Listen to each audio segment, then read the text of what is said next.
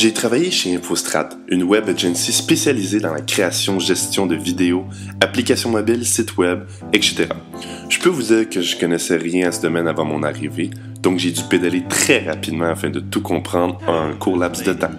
De plus, ma tutrice est du genre à ne pas trop faire de compliments, ce qui me stresse encore plus. Chaque jour, je travaille avec des développeurs, des graphistes, des chefs de projet, des animateurs 3D et bien plus encore. J'apprends à les connaître et surtout à savoir comment gérer un projet de A à Z. J'ai pris confiance en mes moyens et je pourrais dire que j'ai gagné l'assurance. Ce qui est apprécié, c'est que mon équipe me considère comme un collègue et non un stagiaire.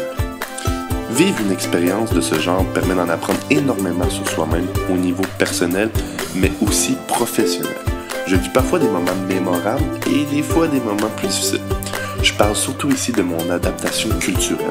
Ça peut vous sembler anodin, mais la simple différence d'accent est un gros changement dans la compréhension du langage. Les Français utilisent de nombreux mots qui nous sont inconnus. Encore aujourd'hui, je me pose des milliers de questions à mon entourage.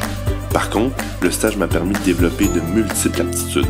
Organisation, meilleure analyse des projets, rédaction de cahiers de charges, veille concurrentielle, des choses que je n'avais jamais touchées avant. De plus, j'ai pu enfin voir dans quelle direction je voulais m'avancer. Je sais maintenant ce que je veux faire dans la vie et plein de projets seront réalisés dans mon programme d'été assez chargé. Et c'est sûr que c'est ça, je veux pouvoir réussir mes objectifs très réalisables qui sont de dominer le domaine des communications. Je me suis rendu compte qu'il faut savoir se démarquer des autres si l'on veut un jour persévérer. Mais comment?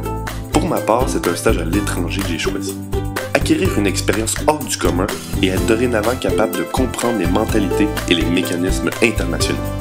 Non seulement j'ai acquis des compétences professionnelles, mais j'ai développé aussi des aptitudes à communiquer internationalement.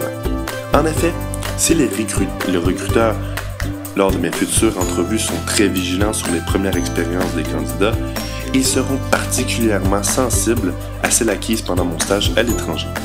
Mon CV maintenant prouve ma force de caractère et que je n'ai pas peur de partir à des kilomètres de chez moi pour avoir une expérience professionnelle hors pair.